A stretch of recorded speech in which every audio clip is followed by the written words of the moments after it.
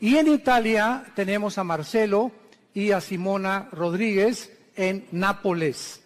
Marcelo ha venido aquí a compartir con ustedes. Él canta precioso, es un buen pastor. Y me decía Marcelo que ya se inició en Italia la persecución contra los cristianos. Que el Vaticano ha levantado una persecución tremenda contra los cristianos.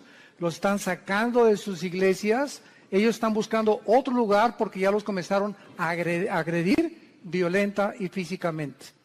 Entonces oremos por nuestro hermano Marcelo y Simón en Italia. Hay cosas que no salen en el periódico, ¿verdad? Que están ocultos, pero es increíble la persecución que existe ya en contra de los cristianos, a pesar de que podamos escuchar otras cosas por otros lados. Y también les quiero recordar el desayuno que tenemos el 17 de junio. Me informan que ya quedan pocos boletos. Este 17 de junio en el World Trade Center, junto a las torres de satélite, tenemos el desayuno titulado La Guerra Espiritual en los Tiempos Finales. Va a estar tremenda esta conferencia, trae invitados porque es el propósito de que podamos nosotros tener y continuar con esta serie de conferencias fuera de la iglesia. Porque aquí es un campo de entrenamiento para ustedes, pero las almas hay que ganarlas fuera de la iglesia. El evangelismo es fuera de la iglesia. Y por eso tenemos ya casi 35 años haciendo 3-4 veces al año estas conferencias en diferentes hoteles. Y ahora nos toca aquí el World Trade Center en esta área del norte de la Ciudad de México.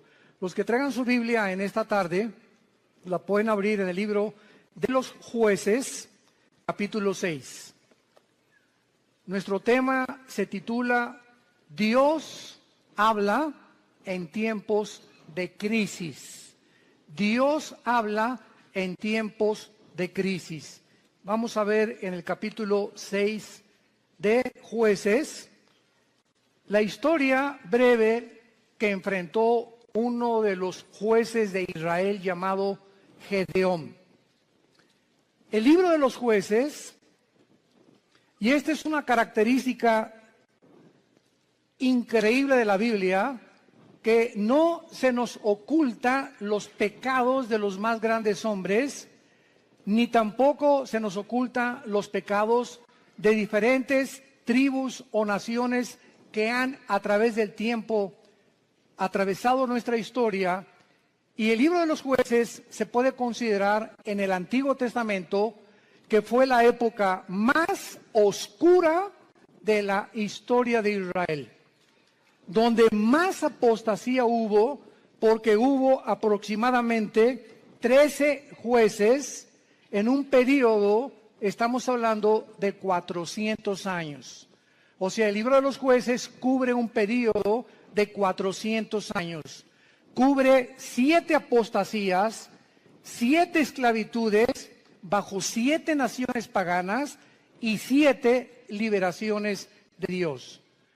Este libro es un libro que contiene, vuelvo a repetir, la historia de este pueblo de Dios que es Israel, donde continuamente estaban ellos alejándose de él. Y Dios iba y los recogía. Pero siempre Dios tiene hombres o mujeres que Él escoge para que tú vayas a tu casa a traer a tu familia a la cruz. Para que puedas traer a tu nación a la cruz.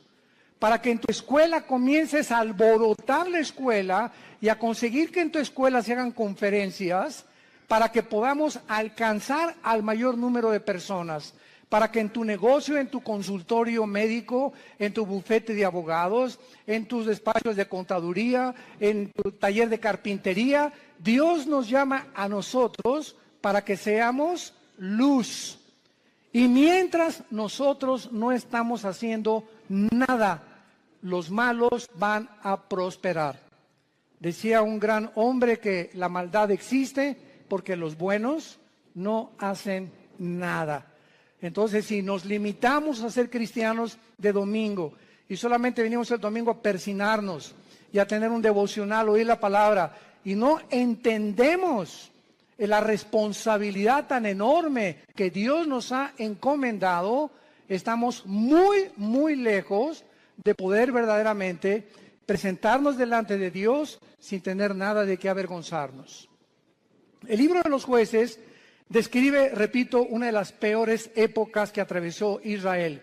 Fueron tiempos de apostasía muy grandes, por lo que Dios tenía que levantar hombres para que volvieran el corazón del pueblo a Dios. Estos jueces o estos líderes que en esta época Dios levantó, eran épocas de emergencia nacional y conducían al pueblo a la guerra, dirigiendo a la nación y ejerciendo las funciones de magistrados, de militares y de civiles al mismo tiempo. Porque en esta época, ¿verdad?, el sacerdocio estaba por los suelos y no había realmente un gobierno civil que se pudiera respetar. Esta es, en Jueces capítulo 6, la cuarta vez en el libro, la cuarta vez que Dios levanta una nueva generación que le fallaba a Dios. Y esta generación había sido cautivada por el mundo. Era una generación donde vivían, y vamos a comparar esta época, que por eso escogí este capítulo, con la crisis emocional, social, política, diplomática y emocional que estamos viviendo tú y yo en este siglo XXI al cual hemos entrado. Esta generación, ¿verdad?, dejaron de vivir separados para Dios y a desear el estilo de sus vidas mezclándose en las fiestas, en las diversiones, en todos los ritos paganos, con un cristianismo completamente diluido. El mensaje que se propagaba ya no era el mensaje del evangelio como ahora en nuestra época.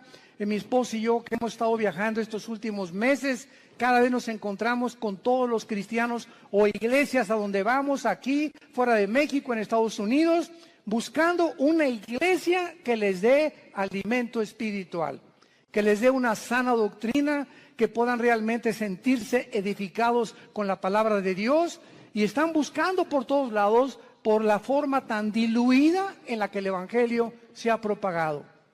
Y al mismo tiempo vivimos una época de cinismo espiritual. Hace algunos días yo estaba en una conversación con una persona que conozco hace muchos años en Cristo. Bueno, este es solamente como un ejemplo de introducción al libro de los Jueces. Y esta persona yo la conozco ya hace muchos años. Es más, él vino y se convirtió bajo nuestro ministerio. Y entonces yo oí hace como algunos meses que él había abandonado a su esposa y había abandonado a sus hijas. Y se había ido, pues, desde luego con un amante, ¿verdad? Con otra muchacha, su secretaria, o no sé, no importa quién haya sido. Entonces me encuentro yo a esta persona y comienzo a decirle, oye, ¿qué fue lo que sucedió? ¿Verdad? Que estoy en mi corazón partido a la mitad por lo que tú has hecho. ¿Y saben ustedes lo que me contestó esta persona que tenía aproximadamente o tiene casi 15 o 20 años en Cristo? Bueno, pero ya nos perdonó Dios. Le digo, bueno, te perdonó a ti. No es que mi esposa pues ya también anda buscando otro. Pues claro, le dije, no se va a quedar a vestir santos. Si tú te vas con la amante y te casas con la otra, tu esposa no se va a quedar a esperarte toda la vida. Entonces no vengas con ese cinismo y decirle, pues ella arregló su vida, ya nos perdonamos los dos y ya me perdonó Dios. Inmediatamente lo que yo detecté fue lo siguiente, que hay cantidad de personas que se llaman cristianas y que piensan de la misma forma, total que Dios me va a perdonar y me puedo divorciar y ya que me case con otro y forme otro hogar, entonces ya Dios me puede perdonar y comienzo nuevo. Porque él me dijo, bueno, ¿y ahora qué sigue? Le dije, lo que siguiera es lo siguiente, si tú abandonas a tu esposa por adulterio y por otra mujer, tú te arrepientes de tus pecados y esperas que tu esposa te perdone y te esperas antes de casarte a que se case ella primera para que tú quedas libre. Esa es la forma en la que la Biblia nos traza el divorcio, el adulterio. Para Dios es algo gravísimo el divorcio, gravísimo. Porque es la santidad más grande que existe y la institución más santa que existe, el matrimonio. Y ahora por cualquier cosa, todo mundo busca, hasta porque no me cocina bien, me busco otra cocinera. Es increíble ligereza en la que la sociedad se encuentra actualmente. Y de acuerdo a la Biblia, la única causal de divorcio es el adulterio. Nada más. Que me pega, pues te esperas y oras por él y se separan temporalmente, pero es el adulterio la única razón, y el abandono de hogar, que el gavilán te pega y se va con otra, que abre la jaula y que vuele lo más lejos que pueda. Pero bajo ninguna otra circunstancia la Biblia aprueba el divorcio. Todo esto lo vamos a tratar en el seminario de matrimonios allá en la Riviera Maya. Estoy preparando una serie de mensajes tremendos. Los esperamos que nos acompañen ahora en octubre. Y este es solamente un caso de cómo vivían los jueces. Era un tiempo de cinismo espiritual. Era un tiempo en que todo lo tomaban a la ligera. Al cambio que Dios me perdona. Esto se llama tomar la gracia con libertinaje. Aprovecharse de la gracia de Dios y vivir una vida de libertinaje. Pues al cambio que Dios me perdona. Vamos a ver estas crisis en la época de Gedeón. Capítulo 6, del 1 al 5, veamos el escenario en el que se encontraba Gedeón. Los hijos de Israel hicieron lo malo ante los ojos de Jehová, y Jehová los entregó en mano de Madián por 7 años. Recordemos que Madián era uno de los hijos de Cetura, la segunda esposa de Abraham. Cuando se murió Sara, se casó con Cetura y de ahí nacieron los madianitas. Lo podemos ver en Génesis capítulo 25. Entonces los madianitas eran primos hermanos de los israelitas o medios hermanos de los judíos. Y la mano de Madián prevaleció contra Israel. Y los hijos de Israel, por causa de los madianitas, se hicieron cuevas en los montes, cavernas y lugares fortificados. Pero pues sucedía que cuando Israel había sembrado, subían los madianitas y amalecitas, y los hijos del oriente contra ellos subían y los atacaban. Y acampando contra ellos, destruían los frutos de la tierra hasta llegar a Gaz. Y no dejaban que comer en Israel ni ovejas, ni bueyes, ni asnos. Porque subían ellos y sus ganados, y venían con sus tiendas en grande multitud, como langostas.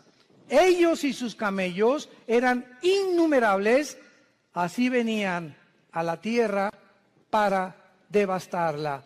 No cabe duda que podemos nosotros, con esta introducción, poder comparar la época en la que nosotros estamos viviendo y el paralelo tan grande que existía en los tiempos de Gedeón y nuestro tiempo actual. Vemos en estos primeros 5 versículos la primera clase de crisis. Estaban atravesando una crisis social y de mucha violencia. Israel se había abandonado de los caminos de Dios. Dios los entrega en manos a enemigos, porque esta es la forma como Dios trata con todos nosotros. Dice la Biblia que mientras estamos en la luz, 1 Juan capítulo 1, la sangre de Cristo nos limpia de todo pecado. Bajo la luz, el diablo, los demonios no pueden meterse con mi vida, ni con mis hijos menores de edad, porque estoy bajo la protección de Dios. En el momento en que nos movemos y regresamos a la dimensión de las tinieblas, que es donde Satanás tiene acceso, Satanás no tiene acceso a la luz. Dios es luz y no hay tinieblas en él. Entonces las tinieblas están relacionadas con el pecado. El momento en que tú pecas, o ya traes una mujer en tu mente que no es tu esposa, o ya metiste pornografía a tu casa, o ya comenzaste a hacer cosas que son desagradables a los ojos de Dios, sin que tú te des cuenta, si tú mantienes este tipo de vida, comienza el cerebro y las emociones a ser afectadas, y entonces viene lo que se llama el engaño, donde comienzas a engañarte, porque el pecado tiene el poder de engañarnos, y comienzas a convencerte que no estás tan mal. No, esa es una prostituta, esa sí está mal. No, yo no soy con mi compadre si es borracho, parrandero y jugador. Yo por lo menos estoy casado con mi esposa y tengo mis aventuritas, ¿verdad? De vez en cuando, una canita al aire, pero de vez en cuando. Y Dios es un Dios que dice la Biblia, sus párpados nos examinan y nuestros caminos están delante de Él las 24 horas del día. Y cuando viene el engaño, cuando vienes tú a la iglesia a oír la palabra de Dios como los domingos o los estudios entre semana que muchos de ustedes toman o en el ITI, el propósito de Dios al exponernos a su palabra es abrirnos el entendimiento para convencernos de pecado. Siempre que hay un mensaje de la Biblia, hay algo que el Espíritu Santo usa que se llama la convicción de pecado, porque solo Él, ni el pastor, ni tu compadre, ni nadie te va a convencer que estás mal más que la palabra de Dios. Entonces nos exponemos a la palabra de Dios y tú en esta tarde que escuchas tienes esta oportunidad en la que Dios te está hablando. Yo no sé tu vida. Muchos dicen, es que ¿quién le contó mi vida? Nadie me ha contado tu vida, ni te conozco, mosco. Entonces ese es un problema tuyo y con Dios, pero Dios usa la Biblia y si tú cuando oyes la palabra de Dios no te arrepientes y sales por esa puerta igual que como entraste, viene lo que se llama la dureza del corazón, que se usa con la palabra porosis en el griego, que es cuando un carpintero o una persona que usa instrumentos de martillos y de cinceles está golpeando y golpeando hasta que te salen callos en las manos. Esto es un fenómeno muy interesante. Y cuando te salen callos, lo interesante que el callo no tiene células. Le metes al callo una aguja y no lo sientes. Trátalo y vas a ver cuando te salga un callo, porque es tejido muerto.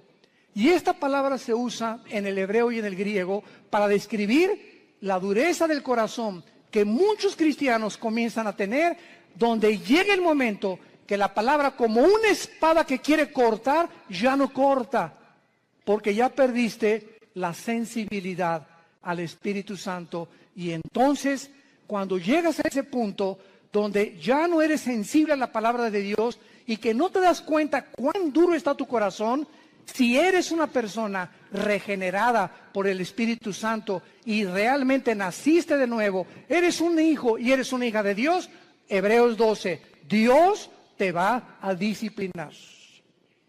Y déjame decirte algo, cuando a Dios le queda esa opción de disciplinarnos, su mano es muy, pero muy pesada.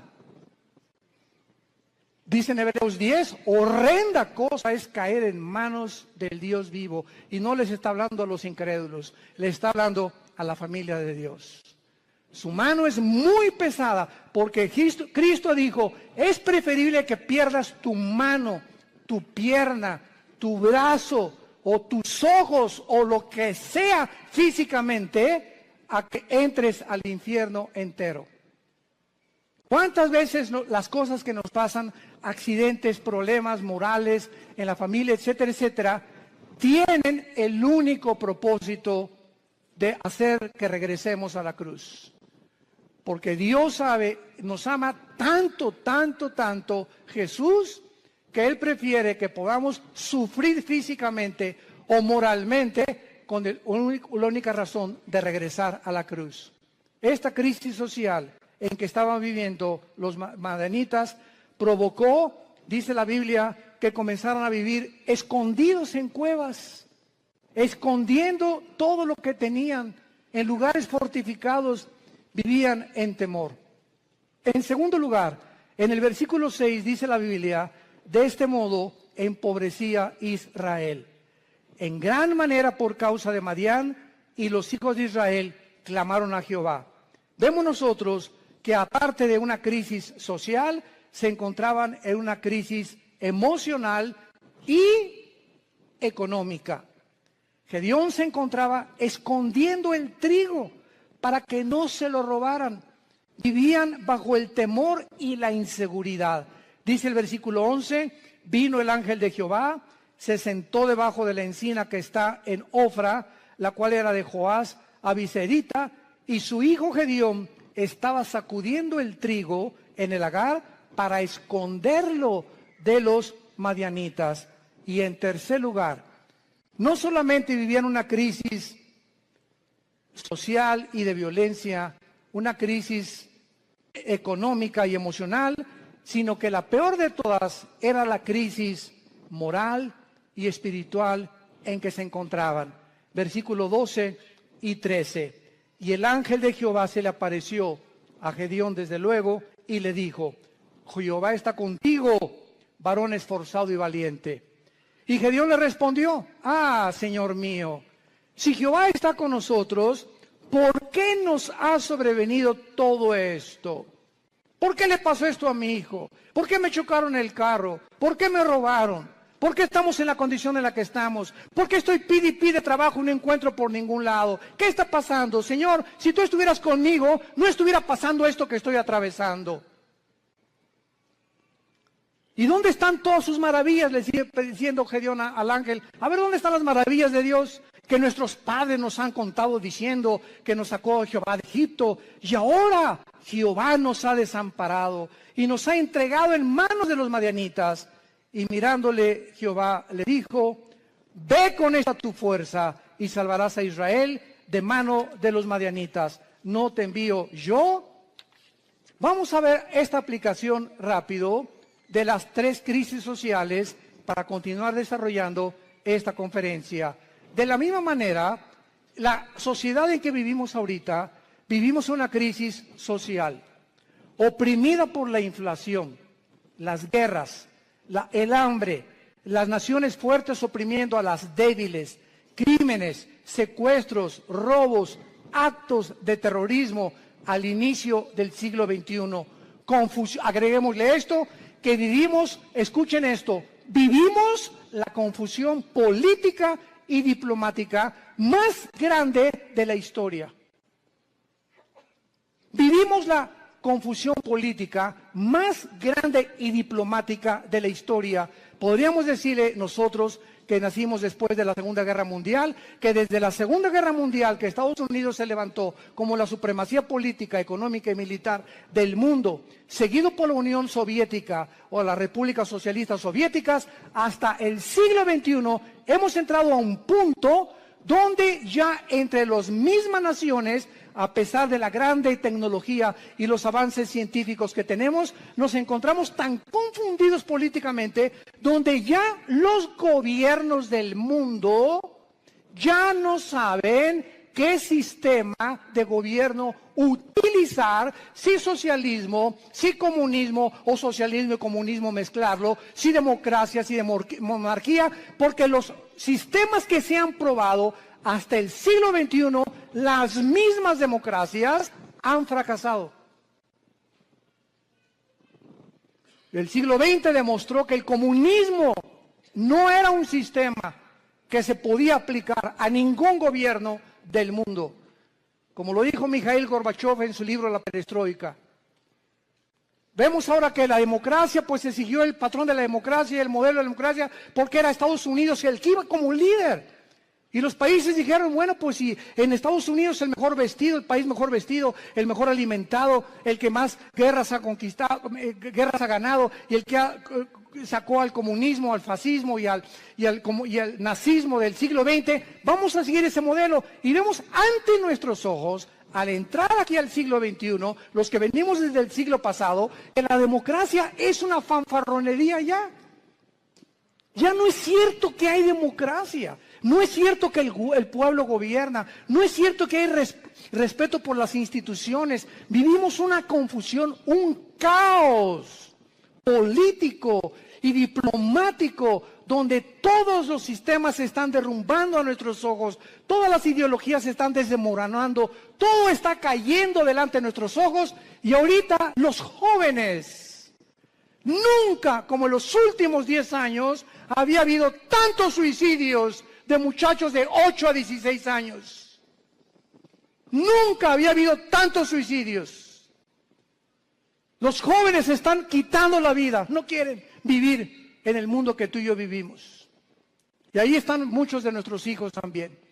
Dichosos los padres que tienen una educación cristiana a sus hijos. Dichosos sean. ¿Por qué? Porque se están cansados de tantas mentiras, de tanta hipocresía que ven por todos lados. Y cuando nosotros, que se supone que somos la única luz, les mentimos y nos ven que somos completamente unos farsantes en el hogar y peleándome enfrente de ellos y con mi esposa y yo y dándoles un mal ejemplo, ¿qué les queda a los jóvenes? Si no es Jesús, ¿quién más entonces dicen ellos? Si Jesús no funcionó en mis papás, ¿cómo va a funcionar conmigo?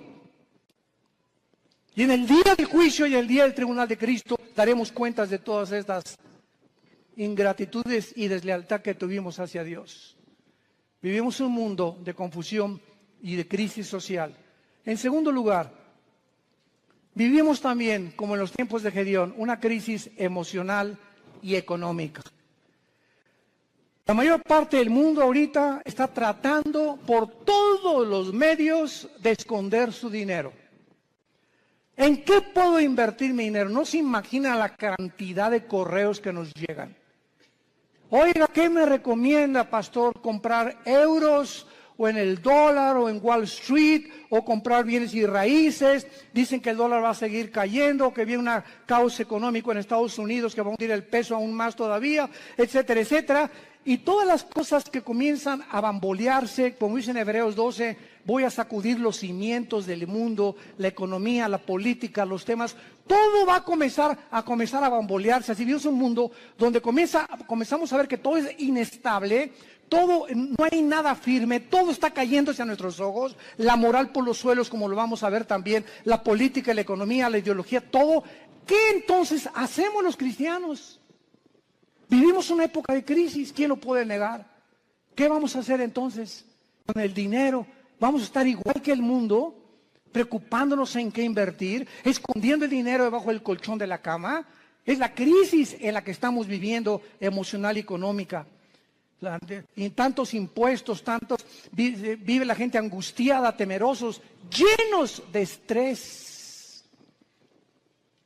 La clínica Mayo en Rochester, una de las clínicas más prestigiadas en medicina, el Hospital Hopkins en Inglaterra, de Estados Unidos, de las instituciones más prestigiadas en medicina, llegaron a un acuerdo el año pasado, que la causa número 1 de problemas físicos en el ser humano actualmente y emocionales ya no son ataques al corazón, entonces consecuencias. El problema y el peligro más grande que está asumiendo al mundo ahorita, robándole la salud, se llama el estrés. El estrés. Aún mismo el estrés te hace subir el nivel de tu colesterol y de tus triglicéridos. Así que si tú eres una persona que fuiste al médico y tienes más de 200 de colesterol arriba, o tu glucosa pasa de los 100 puntos, etcétera, etcétera, y tú dices, bueno, voy a entrar a una dieta, y crees que con la dieta se va a mejorar, claro que te va a ayudar, pero si no va acompañado con la paz en tu vida, y tú puedes estar comiendo todos los días lechuga y convertirte en el bunny books, en el conejo. No importa lo que puedas hacer, si tu vida no tiene paz y no tiene equilibrio y no tiene una estabilidad emocional, no importa lo que hagas, porque emocionalmente lo que descompone el organismo es el cerebro y la falta de paz. El estrés es un estado de angustia, de incertidumbre, que estás así, de enojo, de ira, de desconfianza en el mundo, andas como león enjaulado y se te atraviesa en el tráfico y quieres sacar la pistola y le recuerdas a la mamá y hasta a la abuelita le recuerdas cuando se atraviesan en el tráfico. Y llegas a la casa y estás igual. Entonces, tú no vas a llegar a los 40, 50, 60 años de edad como una persona normal y vas a comenzar a padecer de enfermedades que tienes una buena dieta, pero te está descomponiendo tu estado emocional. ¿Por qué? Porque no tienes paz. Y hace 2000 años, Jesucristo nos dio la medicina para el estrés. Mateo capítulo 6, versículo 25 en adelante. Por nada estén afanosos. La vida es más que el alimento y el cuerpo más que el vestido. Miren ustedes a las aves de los cielos. Aunque tú en tu cerebro no lo puedas captar, ni lo puedas dimensionar, los pajaritos, cada pajarito de cada campo, de cada bosque en el mundo, cada pajarito depende de mi Padre. Y Dios les puso a los pajaritos un chip para que nunca veas a un pajarito sembrar, para que nunca veas a un pajarito cosechar, y para que jamás vayas a encontrar que ningún pajarito nunca guardan su comida, no la almacenan en Banamex ni en Bancomer.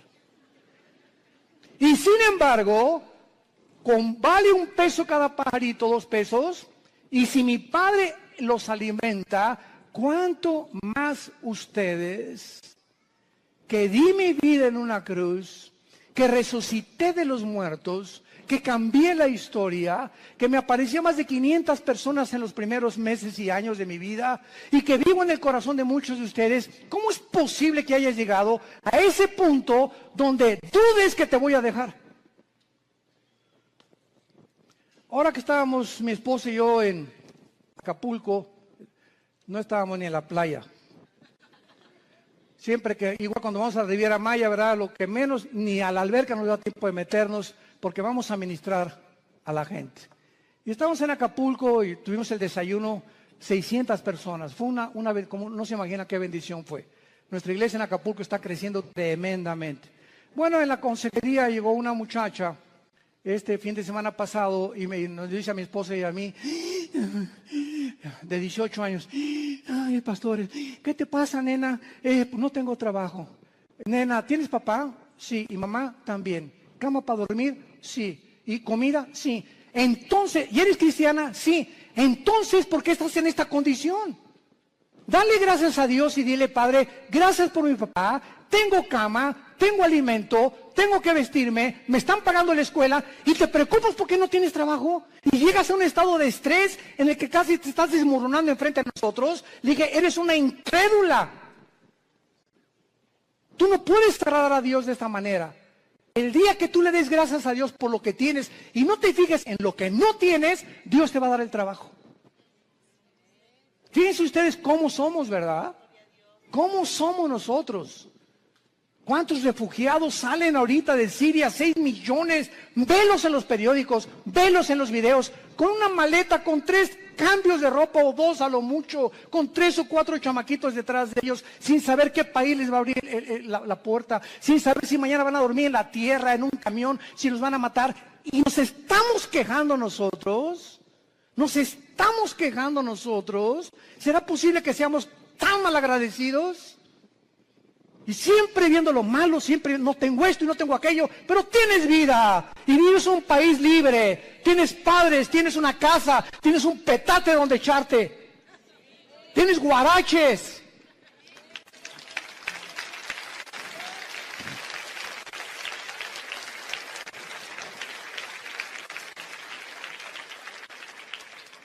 Vivimos una crisis moral y una crisis espiritual, no cabe duda. Y tenemos que entender que no es como comenzamos, recuerda esto, sino como terminamos lo que vale delante de Dios. Como este muchacho que comenzó muy bien, 20 años discipulándolo, ya se va con una otra chamaquita y deja a su esposo y todo. Le digo, recuerda que no es como comenzaste, es como terminaste. Y estás terminando mal, le dije, vas mal y vas a acabar mal. Comenzaste muy bien, pero todo aquello que tú hiciste no te será tomado en cuenta, porque lo que importa es cómo llegamos a la meta. Lo que va a contar delante de Dios. Pues hice un asilo para ancianos, y hice un orfanatorio para niños. Eso fue del pasado. Hoy, si tú mueres, hoy en la noche. Ahorita saliendo te atropella un camión, se te avienta encima un camión de 10 toneladas. Y te da como tortilla aplastado y llegas al cielo ahorita mismo en la tarde. ¿Qué le vas a decir a Dios? ¿Qué hiciste con tu vida? Lo alabaste, lo bendeciste. ¿Cuánto de tu tiempo se lo dedicaste a Él? ¿A cuántas personas les hablaste de Jesús? ¿A cuántas personas de tu familia ya has traído a la cruz? Hoy, ¿qué es tu vida? Tú no sabes si hoy es el último día que vivimos. Nadie lo sabe. En Hebreos capítulo 6, Hay una exhortación muy fuerte y se nos dice, Hebreos 6, 11 y 12. Pero deseamos que cada uno de ustedes muestre la misma solicitud hasta el fin. Otra vez, no es como comenzamos, sino mantener el mismo ritmo. Por eso se compara la vida cristiana con los maratones en Hebreos 12, que corramos de tal manera que alcancemos el premio. Entonces, no es solamente como comenzamos, sino mantener el ritmo, mantener el ritmo, mantener el ritmo. Y vienen los ánimos, y vienen las tormentas, y vienen las lluvias, y problemas, y el dólar, y el petróleo, y las guerras. Y nada te apachurra, nada te amedrenta, nada. Ay, pues ya sé las cosas. Ay, ya me quiero morir. No, de todas las cosas. El espíritu que Dios nos ha dado es un espíritu de poder, es un espíritu de amor, de dominio propio. Pero cuando tú te despegas de este libro y cuando tú abandonas a Dios, viene como una catapulta, como un huracán, como un tsunami, todos los problemas en tu vida y no tienes fuerzas para poder soportarlo, ni para poder resistirlo, y te vienes al suelo y te emborrachas y te drogas y abandonas a tu esposa y comienzas a buscar las salidas fáciles porque no tuviste el poder que no le dijiste al Espíritu Santo que te fortaleciera. Y por eso muchos de ustedes viven una crisis moral, de depresión y de estrés, porque no es cierto que creen en Jesús. Se han soltado de Jesús y en este tiempo de crisis el corazón está siendo probado. Dios nos está probando en esta época porque escúchenme, somos la última generación que estoy seguro que nos vamos en el arrebatamiento de la iglesia. Y por ser la última generación nos va a pasar por el fuego Dios, por el fuego. Y las pruebas van a demostrar cuántos realmente eran hijos e hijas de Dios. Deseamos que cada uno de ustedes muestre la misma solicitud para plena certeza de la esperanza, a fin de que no se hagan perezosos, sino imitadores de aquellos que vean las dos cosas y los dos elementos indispensables, la fe y la paciencia, heredan las promesas. Si tú no confías en Dios y no eres paciente con Dios, tus anhelos, tu destino, tus sueños, tu visión, lo que tú quieras para tus hijos, para tu matrimonio y para tu negocio, no lo verás realizado porque te diste por vencido. Porque tiraste la toalla. Porque dijiste, no, ya, avienten la toalla, paren la pelea. Ya no aguanto tanto trancazo. Y estamos en un mundo donde vemos los campos llenos de cristianos amargados. Llenos así, si pudiéramos una visión espiritual, así, llenos los campos de cristianos, quejumbrosos, amargados, estresados, llenos de rencor, nunca aprendieron a perdonar, nunca se sobrepusieron, nunca pudieron descubrir el poder de la resurrección de Jesucristo en sus vidas, y así te van a enterrar y va para un letrero ahí en tu tumba que diga, este fulano nació en las tinieblas, vivió en las tinieblas y regresó a las tinieblas. Nunca vio la luz, no la quiso ver. Y en Hebreos 10, otra exhortación con las mismas características. Hebreos 10, 35 en adelante. No perdáis pues vuestra confianza, que tiene grande galardón, porque les es necesaria la paciencia, para que habiendo hecho la voluntad de Dios, obtengáis la promesa. Pero aún un poquito y el que ha de venir vendrá y no tardará, mas el justo vivirá por fe. Y si retrocediere, no agradará a mi alma. Pero nosotros no somos de los que retroceden para perdición, sino de los que tienen fe para preservación del alma. El que tiene al Espíritu de Cristo, porque recibirán poder cuando el Espíritu venga sobre vosotros. El que realmente ha nacido de nuevo, el que ha sido regenerado en su naturaleza y se le ha impartido la naturaleza divina dentro de su alma, esa persona puede caer y puede decir con Pablo, estamos en problemas, pero no desesperados. Estamos con muchas adversidades, pero no angustiados. Perseguidos, mas no desamparados. Derribados, pero no destruidos. Llevando por todas partes la muerte de Jesús en nuestros cuerpos, para que la vida de Jesús se manifieste a través de nuestros cuerpos mortales. Esta es la expresión de un hombre de Dios. Un cristiano verdadero tiene problemas, pero nunca llegará a la angustia. No tengo trabajo. ¿Qué voy a hacer? Nunca llegarás a ese punto de sentirte arrinconado donde no ves ninguna ventana, el mundo se te cerró, todo es tinieblas, porque no puedes ver a través de esas tinieblas, simplemente porque no quieres verla, porque no es cierto que crees en el poder de la resurrección del Hijo de Dios. Decía Filipenses 2, Pablo, todo lo que antes lo tenía por ganancia, lo tengo por basura, con tal de conocerle y ser semejante a él en su muerte, y con el fin de poder conocer el poder de su resurrección. No solamente Cristo nos quiere que seamos iguales a su Hijo en conocimiento, en teología y en cosas intelectuales y de mucho conocimiento bíblico, sino que ese conocimiento nos transforme en guerreros, en guerreras, en hombres y mujeres que empujemos en la generación que tenemos, que no tengamos temor de nada ni de nadie, ni de los alacranes, del hombre, ni de la política que se cae. No tenemos miedo de nada, porque hay un Dios, nuestro reino está allá arriba, ahí viene la ciudad de Jerusalén, ya vienen por nosotros, ya viene una nave espacial grandísima que se llama la Nueva Jerusalén, donde va a aterrizar aquí Apocalipsis 21 y 22, y donde vamos a vivir para siempre, y esa es la esperanza. Y mientras que se caiga el mundo, que se derrumbe el mundo, pero no me voy a dejar vencer por el mundo, porque el mundo no tiene esperanza. Tú y yo tenemos esperanza. Y esa esperanza la que tenemos que transfundir a nuestros hijos.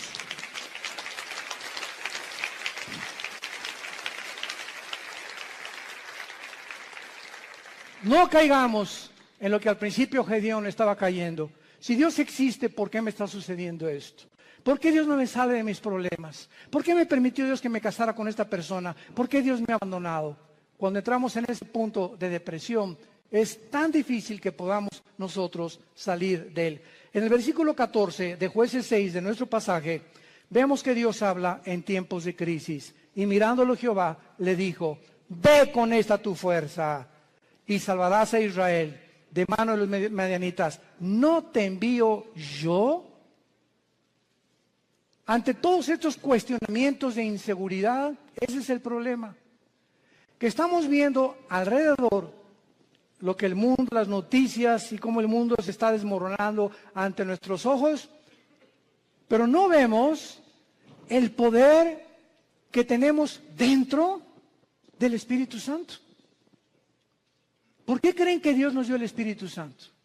Dice, les daré poder, porque no lo tenemos. Y es un espíritu de poder, es un espíritu que nos va a hacer sobreponernos a todo lo que atravesemos. Aunque pasemos por el fuego no nos quemará, por el agua no nos ahogaremos. Y aunque un ejército nos rodea a nuestro alrededor, Jehová es mi luz, mi salvación y mi esperanza, no temeré de nada ni de nadie, Él es mi pastor, nada me faltará. Aunque ande en valle de muerte, no tendré miedo de nada ni de nadie. Y todo este espíritu y toda esta capacidad que tenemos dentro es precisamente para vencer al mundo.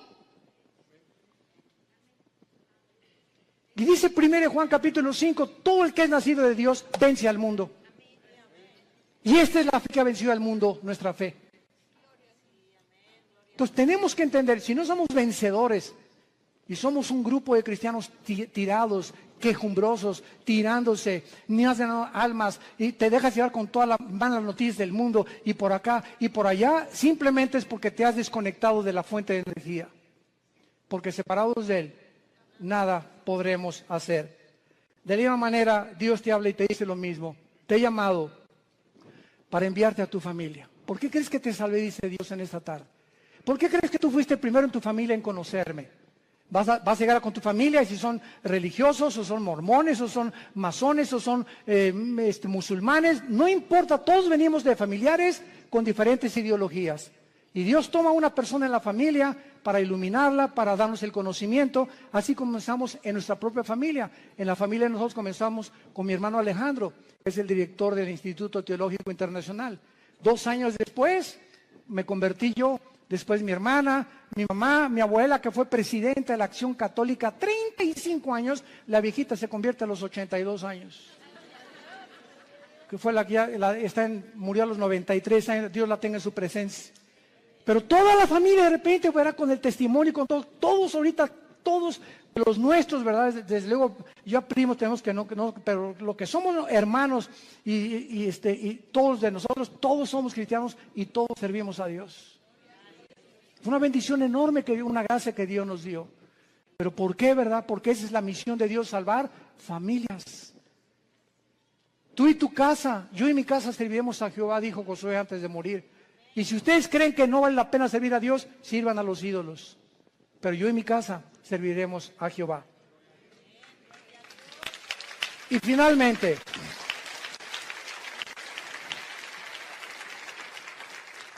Gedeón le responde a Dios, versículos 15 y 16. Entonces le respondió, Señor mío, ¿con qué salvaré yo a Israel?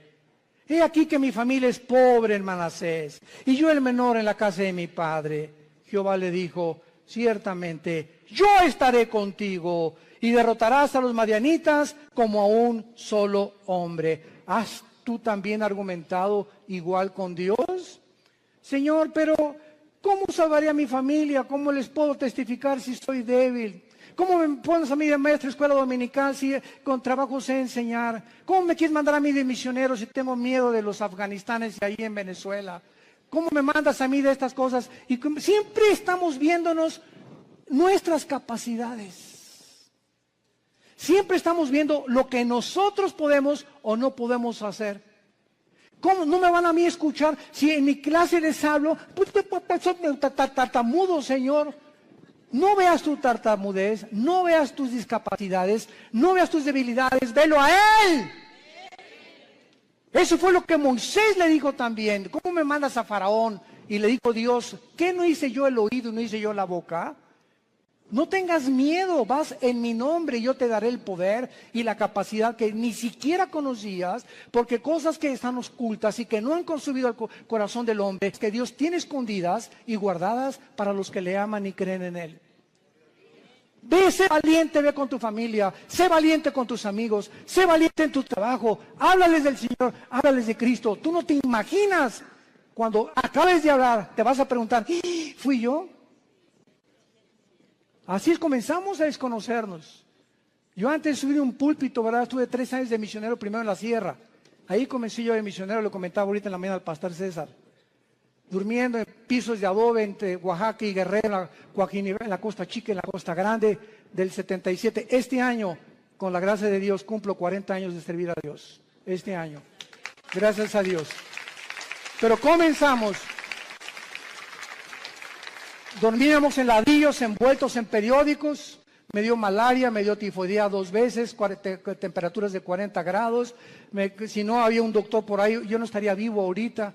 Y en esos 3 años yo entiendo ahora qué es la forma en la que Dios me quería forjar para que ya entrara yo al ministerio en el 79 con el grupo de Luis Palau. Ya en el 81 formamos Vida Nueva para México, ya comenzamos las iglesias en los 80s, pero ha sido unas etapas y un proceso de quebrantamientos, de humillaciones, de pobrezas. No teníamos ni para comer, comíamos lo que arrancábamos de los árboles, lo que yo pescaba ahí en Acapulco. Era una crisis tremenda y todo ese tiempo fue un tiempo de prueba, de quebrantamiento delante de Dios. Pero sabe una cosa, cuando uno pasa eso, uno pierde el miedo, el temor a ser pobre.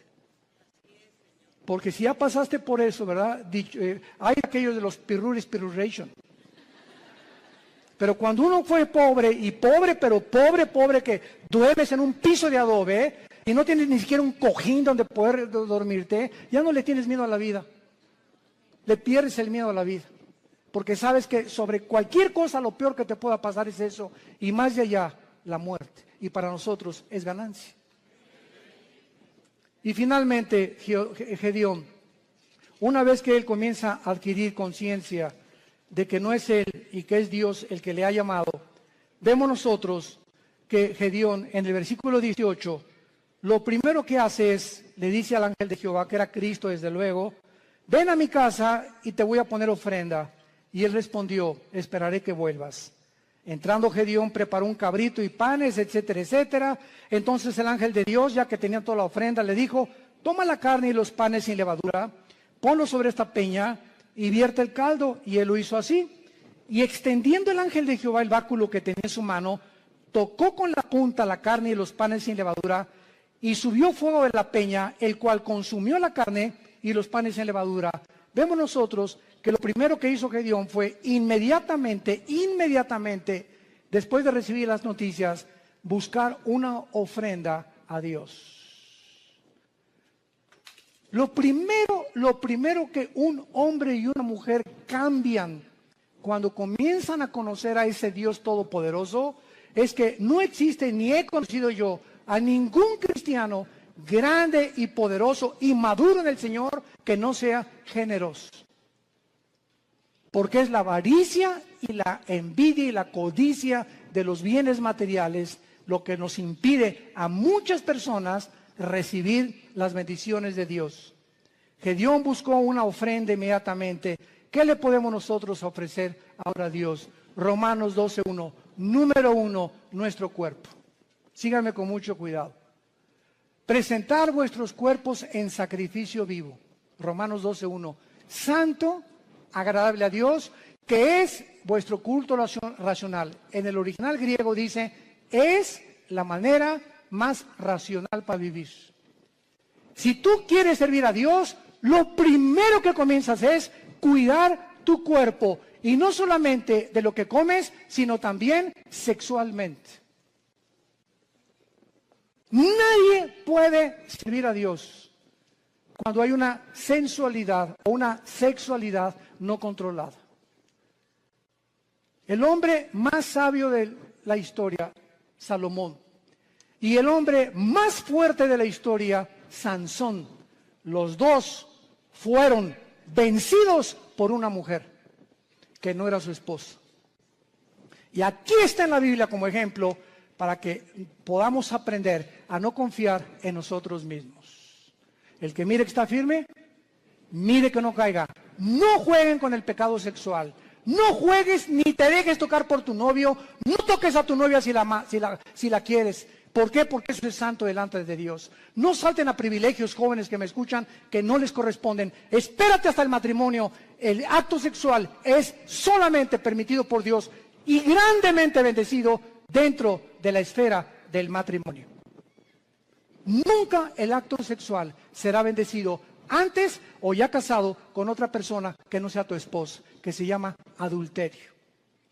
Mientras nuestros cuerpos no sean santos delante de Dios y no tengamos limpia el alma sexualmente y también físicamente, ¿verdad?, una alimentación adecuada, vamos a impedir nuestro avance y las cosas grandes que Dios podía haber hecho con nosotros, no las hará. Dios busca hombres y mujeres santos en toda su manera de vivir, para ser usados como instrumentos a un Dios que es santo. Dice en 2 de Timoteo, Pablo, en una casa hay trastos sucios, en tu casa tienes en el fregadero vasos sucios y tienes en la vitrina vasos limpios. Si llegan invitados, ¿qué vasos usas? Los limpios. Y así en el servicio a Dios hay cristianos sucios